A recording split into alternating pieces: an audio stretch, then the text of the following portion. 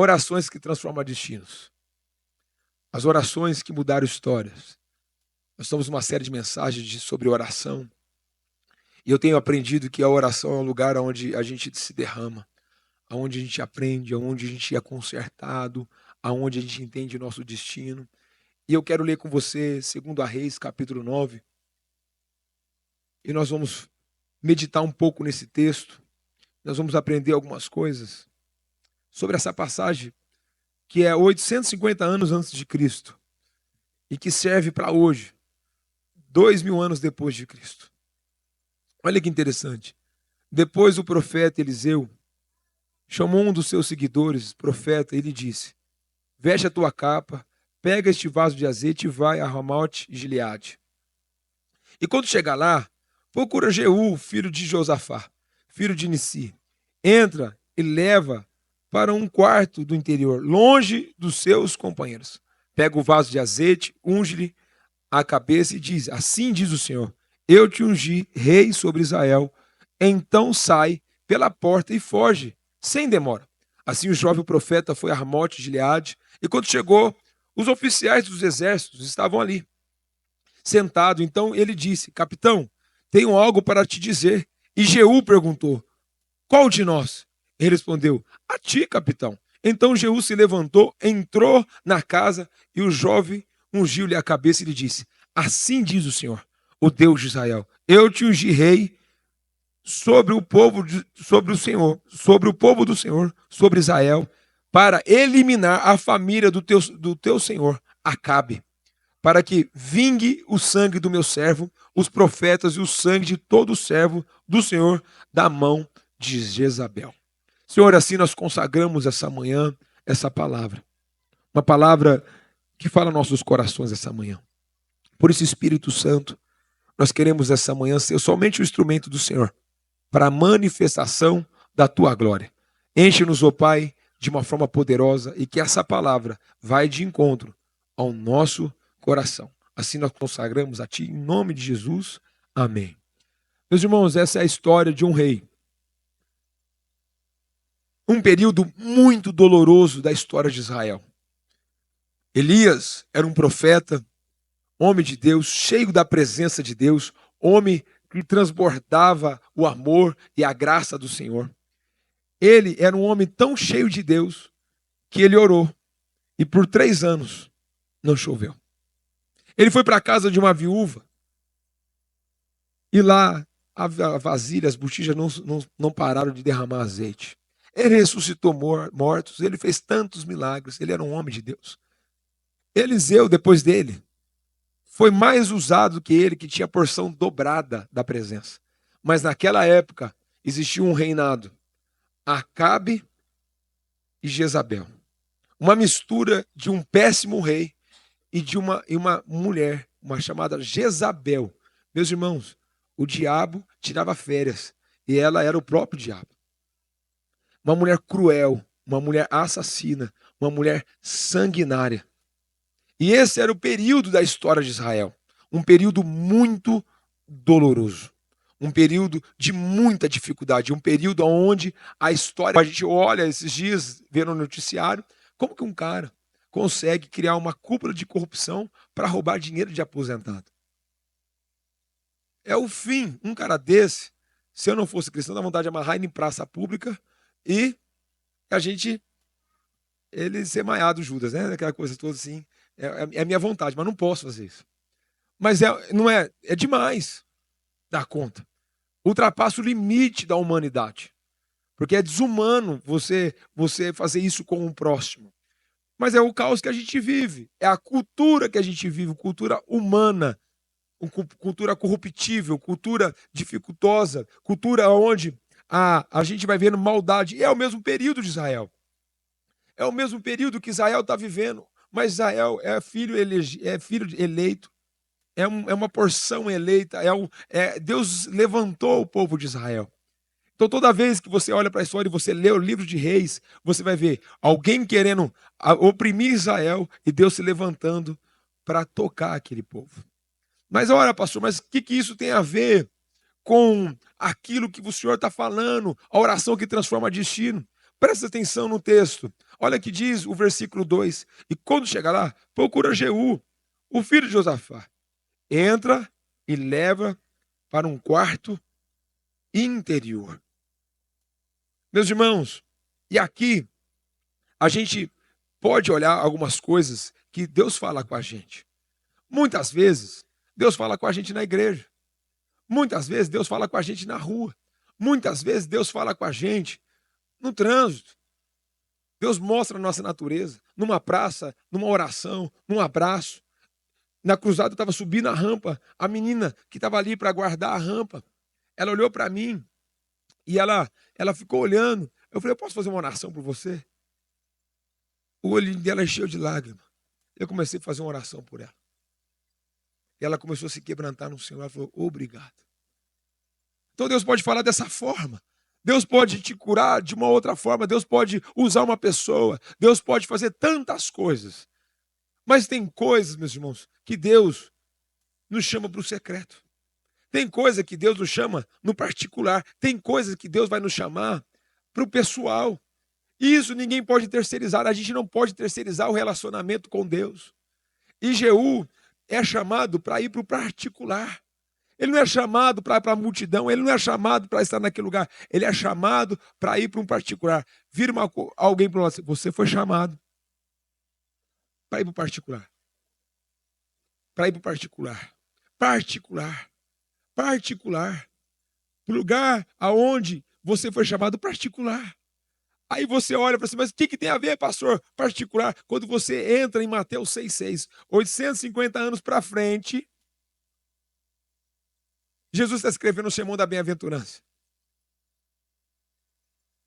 856 anos. Olha o que é escrito em Mateus 6. Tu, porém, quando orar, entra no teu quarto e fecha a porta. Entra no teu quarto e fecha a porta. Quer dizer, o que isso significa? Significa o quê? Eu amo a igreja, meus irmãos. Eu amo estar na igreja. Eu amo a casa de Deus. Eu me converti dentro de uma igreja. Quando eu ia no louvor, no culto de segunda-feira no Nazareno Central, era segundas, eu via jovem matar a aula para ir para a igreja. Isso estou falando de 2001 e 2002. E eu ia para a igreja. E lá eu me batizei. Lá eu encontrei a minha esposa. Lá eu encontrei os meus melhores amigos. Lá eu encontrei tantas coisas. Eu aprendi, eu fui pastoreado, tantas coisas. Eu amo a igreja. E eu sou pastor de igreja. Eu amo o culto de domingo. Eu não abro mão por nada. Domingo eu vou de manhã, eu ia à noite. Agora daqui a pouco vai ter de noite também. Mas eu amava. Eu ia de manhã para a igreja, saía para o almoço. À tarde eu me arrumava, voltava para o culto. 2 cultos. Aprendi assim. Amava. Vou viajar, vou para qualquer lugar. Se eu vou ficar mais de uma semana fora, eu procuro um culto para ir. Eu vou numa igreja, porque lá estão meus irmãos. Eu amo a igreja. Mas, meus irmãos, tem coisa que Deus não vai falar com você dentro da igreja. Tem coisa que Deus não vai falar com você dentro da igreja. Tem coisa que Deus vai falar com você no seu quarto. Tem coisa que Deus vai conversar com você no seu particular. Tem coisa que Deus vai tratar com você dentro do particular. E só que é o problema, meus irmãos, a gente cria uma agenda, a gente cria um ritmo, a gente cria uma cultura que impede de a gente ter o particular. Já viu? Ai, não dá tempo. Ai, eu não tenho tempo. Ai, eu não tenho tempo. Por que todo mundo tem 24 horas? Tem gente que consegue, tem gente que não consegue. Porque nós somos maus administradores do nosso tempo. E nós criamos um ritmo frenético, porque parece que virou moda a gente falar, a nossa agenda está cheia. Nós precisamos mostrar que a nossa agenda está cheia. A gente precisa mostrar que nós temos tanto a fazer que a gente não tem tempo para orar. E a gente, sem perceber, a gente cria um ritmo que você cria, que você não dá conta, e naturalmente você fica esgotado. Já reparou nisso? Você criou o ritmo, você criou isso, você criou aquilo. Eu estou cansado. Mas foi você que fez. Eu sempre falo, nunca critica aquilo que você tolera. Nunca critica aquilo que você criou. Se você criou, aceite. E tá tudo bem. Você acha o quê? Eu comecei lá, esses dias, semana, a minha filha estava deitada comigo, o celular despertou para oração. E ela foi e desligou o celular. Meus irmãos, eu dei uma piscada, eu olhei, era 6:01, falei, a oração, a live. Aí não deu tempo de eu pegar a cadeira, pôr no quarto, problemas técnicos, o celular sem bateria, eu carreguei para ele dar o sinal, ele ligou, eu, pum, de joelho. De joelho, porque eu não tinha pego a cadeira. Entrei 6:04, já estava lá no grupo, que vai ter, não vai ter? Eu falei, meus irmãos, não é dar conta de ninguém, é a responsabilidade minha. E aí, meia horinha de castigo de joelho. Os joelhos doendo, meus irmãos. Doendo tudo. E eu mandando bala. Um compromisso que eu assumi. Uma responsabilidade que eu assumi. Então tem coisas que Deus te chama para um lugar secreto. E agora, esse lugar secreto vai se revelar algo para você.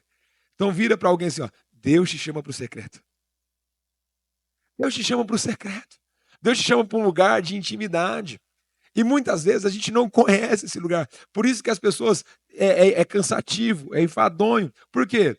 Porque nós não conhecemos esse lugar. É lógico que é cansativo. Eu lembro um dia que eu fui fazer um negócio em São Paulo, a empresa, aí a menina falou assim para mim assim, pastor não, que não era pastor na época. Ela falou para mim assim, a gente podia marcar um jantar, vai você e a sua esposa, e eu e meu esposo, e para a gente poder fechar o negócio. Eu falei, não vou marcar jantar não.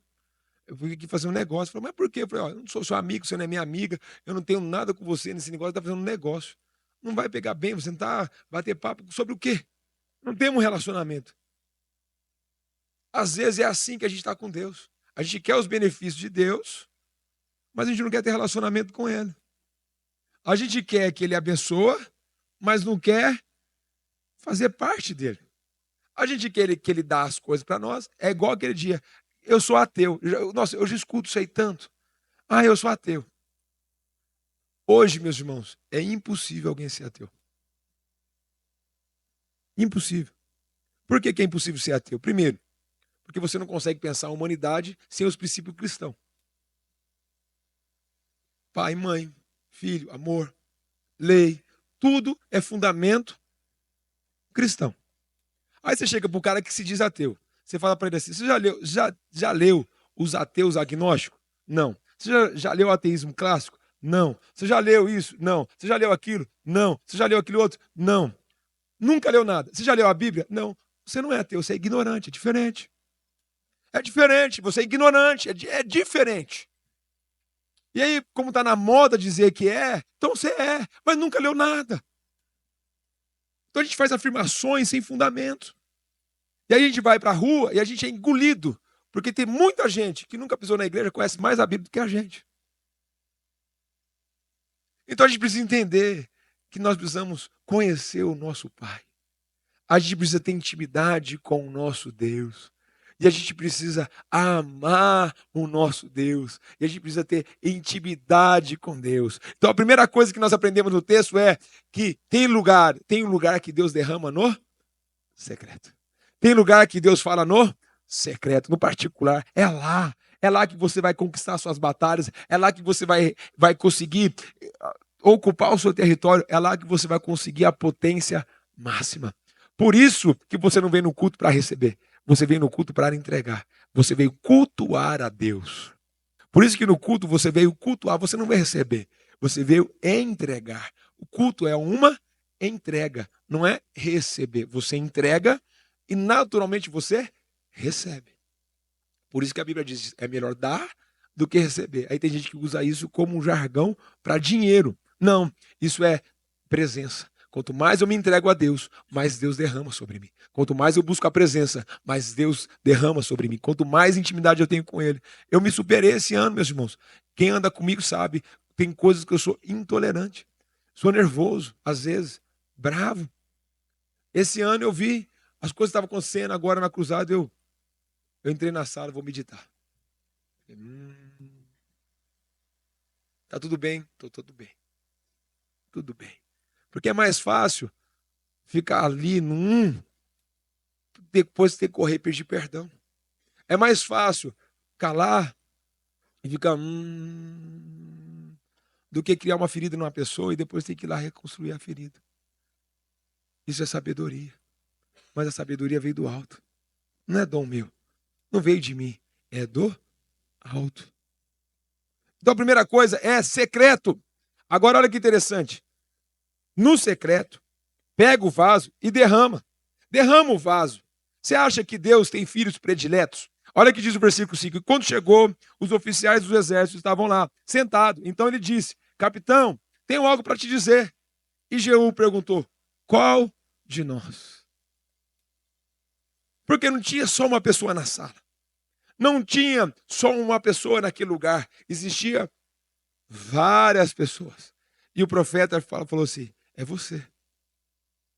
O que significa? De um chamado. A Bíblia fala que, e lá em Mateus também vai dizer, sobre o chamado. Deus não tem filhos prediletos.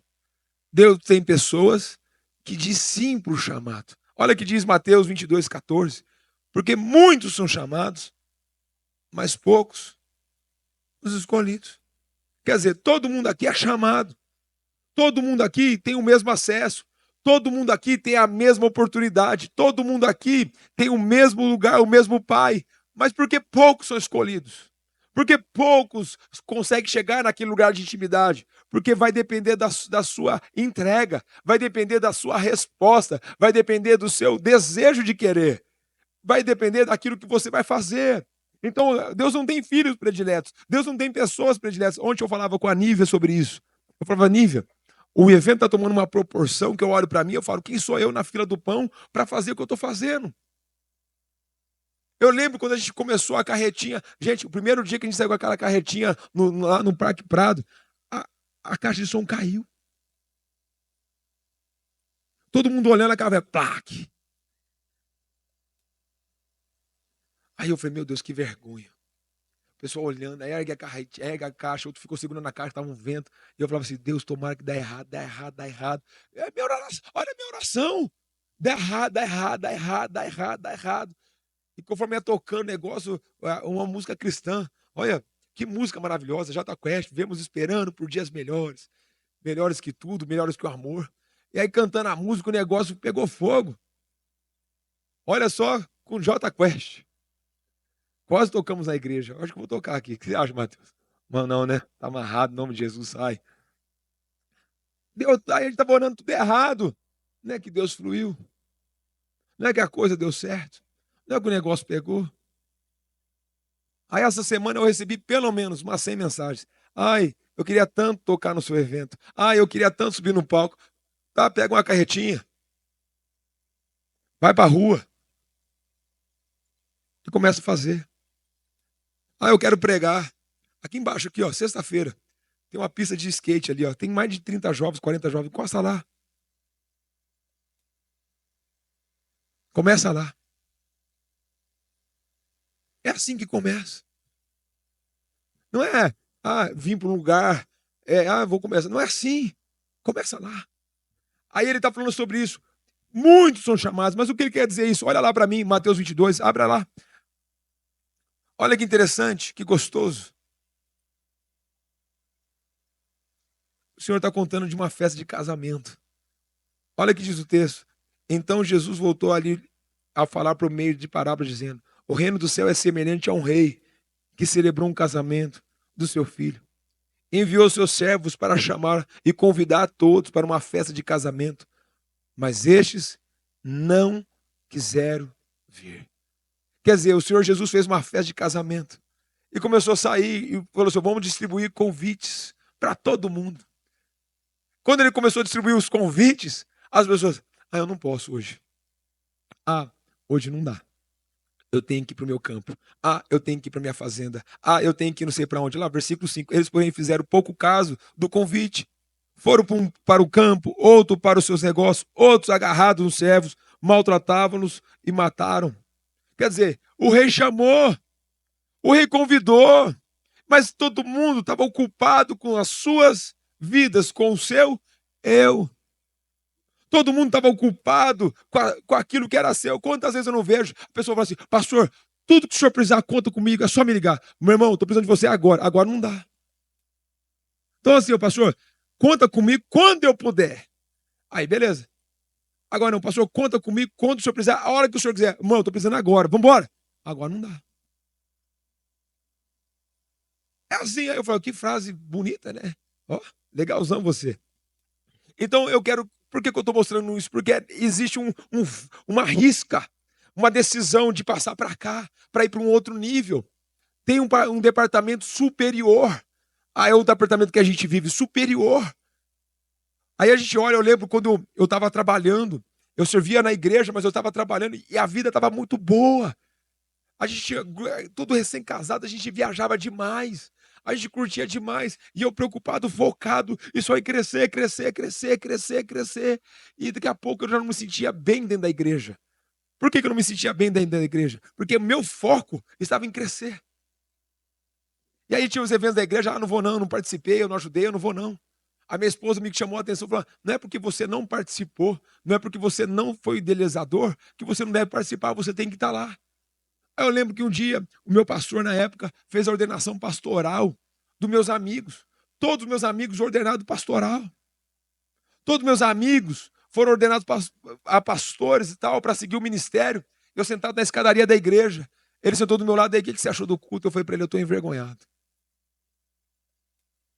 Ele falou, mas por que você está envergonhado? Eu falei, porque todos meus amigos estão seguindo aquilo que Deus tem para eles. E eu estou preocupado com o meu umbigo. Eu comecei a chorar. Aí ele me abraçou e falou assim, quem dera todos tivessem a mesma reação sua. E no outro fim de semana ele me ligou à tarde. Era um feriado prolongado. Ele falou, cara, eu preciso ir para Araçatuba pregar. Você pode ir comigo? Eu falei para ele assim, cara, como que vai ser? Ele falou, você vai e volta, a gente vai, eu prego, e amanhã à noite a gente está de volta. Pregar de manhã e à tarde ele está aqui. Eu falei, beleza. Falei para minha esposa, falei, eu vou e volto. Era um feriado prolongado, meus irmãos. Você não tem noção do que eu arrumei para minha casa. Aí eu falei assim, vou. Montei num carro, meus irmãos, Araçatuba é logo ali. E ó, chegamos em Araçatuba às 6 horas da manhã, para ele pregar às 8. E foi a primeira vez que eu comecei a pregar, porque no final do culto ele me pôs para pregar. Eu pus a mão nas pessoas, eu senti o poder de Deus naquele lugar. Eu voltei, eu cheguei em casa às 5 horas da tarde, com as malas prontas, amor, vamos embora, vamos pro feriado prolongado. Ele falou, não, não vou não, vamos descansar. Eu falei, não estou cansado, você está cansado? Eu falei, estou nada, vamos embora. Meus irmãos, ela falou, você está cansado? Eu falei, estou não. Ela falou, você está? Eu falei, não estou. Ela falou assim, não, não vamos sair não. Eu falei, vamos, já preparei o hotel, a gente ia passar um fim de semana longo. Não vou. Meus irmãos, eu dei uma piscadinha, 5h40 da tarde, na minha casa. Eu acordei 9 horas da manhã do outro dia. Eu olhei para ela e falei, você não está cansado, né? Mas ali eu entendi que foi a decisão que eu tomei de ultrapassar uma linha. Por isso que a Bíblia está falando, muitos são chamados, poucos são escolhidos, porque vai exigir de você uma entrega. Vai exigir de você um sacrifício. Porque o texto diz, ele vai ser ungido, mas quem que ele vai ter que enfrentar? Jezabel. Ele vai ser ungido com um propósito. Olha o versículo de número 7. Eliminará a família dos teu Senhor. Você imagina Deus te chamar assim, ó, você vai se levantar para se opor contra essa cultura. Você vai se levantar para ir contra uma ideologia. Você vai se levantar para dizer que isso é certo e aquilo é errado. E as pessoas não vão gostar de você.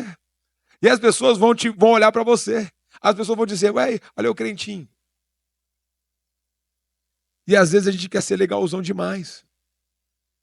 E a gente acha que ser correto hoje é ser errado. Então, é essa decisão que a gente tem que tomar. Olha que interessante.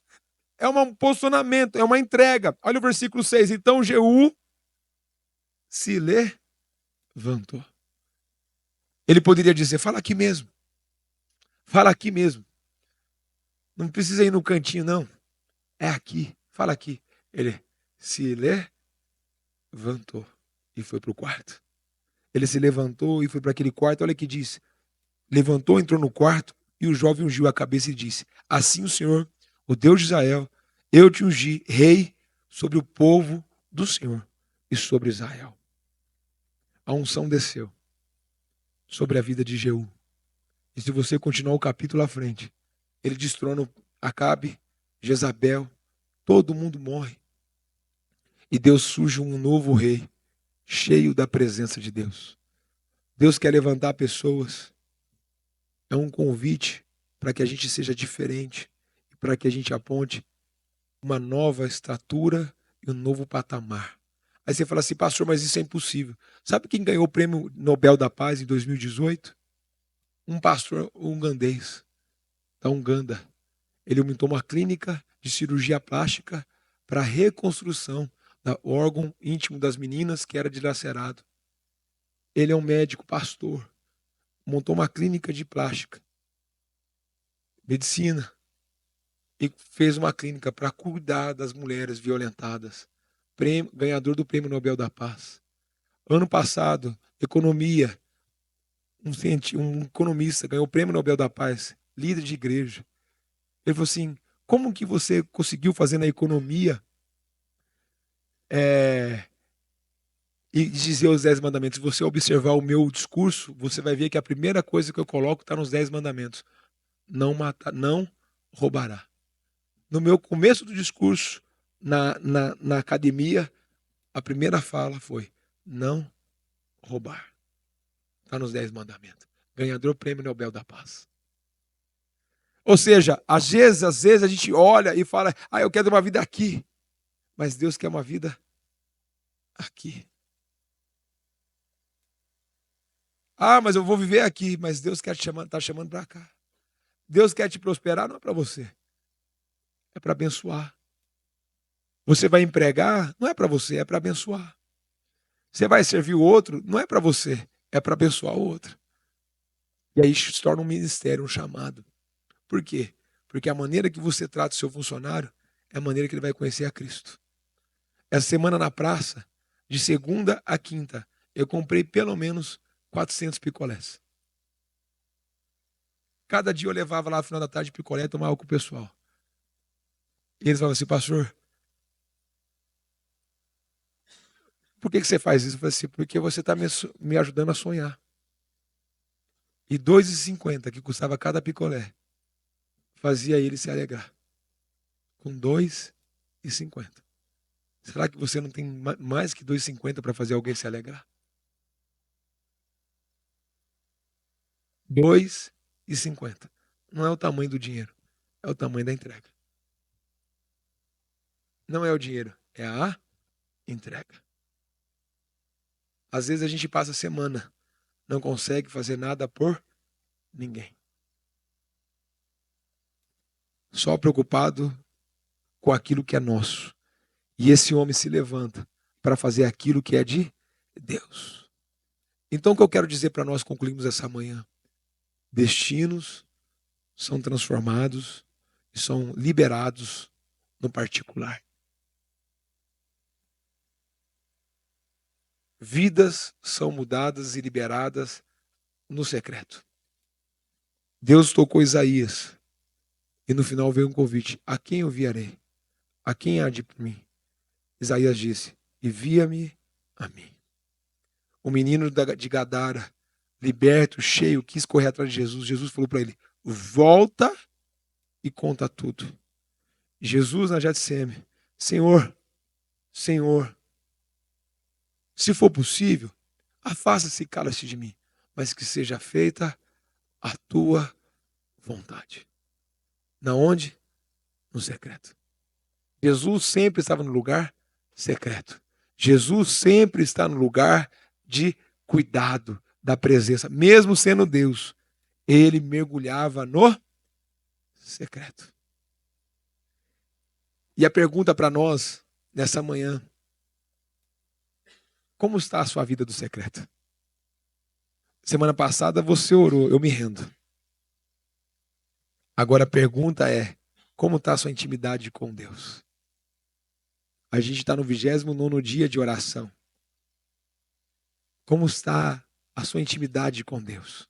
Como está aquilo que é a intimidade com o Senhor. Ah, pastor, mas eu não tenho tempo. Se você não tem tempo para Ele, por que você acha que Ele tem que ter tempo para você?